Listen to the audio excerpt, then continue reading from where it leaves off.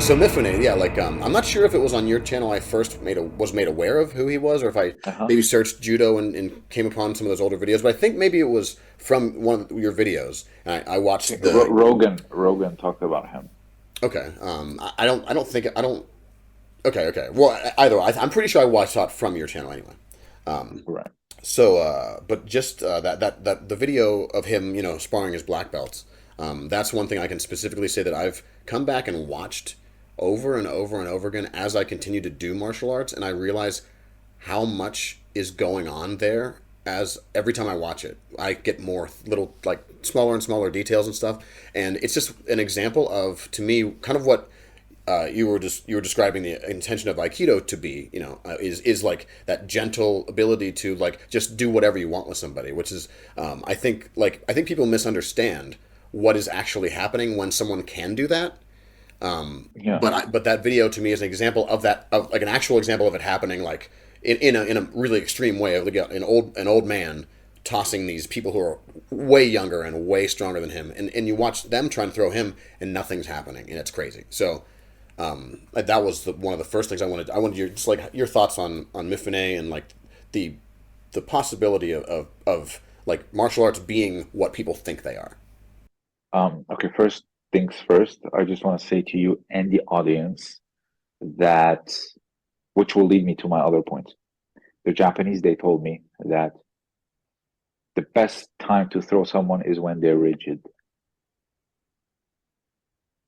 Okay, so that's one thing. So when people say, "Oh, it's fake," look at they look like they're trying to throw him. He's just no, he's just really relaxed. Yeah, he's just really relaxed, and I noticed this myself when sometimes I just let them in, and because I know maybe I'm physically stronger, maybe I'm taller, maybe I'm more experienced than them. Sometimes I just let them in, and I can counter them or I can ride the throw. But I noticed that when I'm with like the competitor team in our dojo, and sometimes some of them they really are aggressive and they put you in a very bad place. I know when I am like a rigid, Mm-hmm. it's when I get thrown. Mm-hmm. Even from personal experience, I can say that this is the best advice they told me. So when you see him like this, first of all, his back is always straight. Mm-hmm. Two, he is just very much relaxed and he can ride the throw. Mm-hmm. When you're relaxed, you can ride the throw and you can actually evade it. I'll send you something later on Instagram. Someone riding an Uchimata and then just letting it go. It's Mm-hmm. insane. And Yeah. out and he's much smaller. Then ends up arm barring him. Um, And so that's one thing. Two, people say, it's fake or something, and his students are respecting him. Sure, there is respect. Sure, there is entry. But, when you're training, like, how hard do you actually go?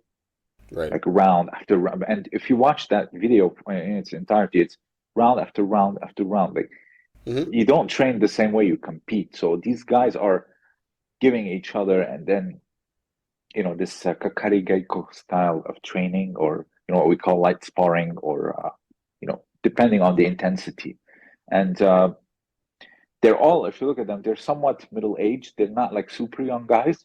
Sure. Sure. So, and at the same time, Japanese, if you go and train with them, especially at that age, they really trap you with good gripping and technique.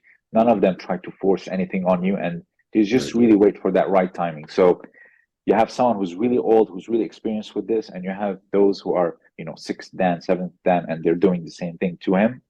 And if you notice, like they try to throw as they are trying to reestablish themselves, he gets underneath them, Mm-hmm. throw them. So um, it's that Japanese intensity that you see within like middle-aged people, what you see in the Kodokan, not in Mm-hmm. universities. The universities, they're just really young, hungry competitors.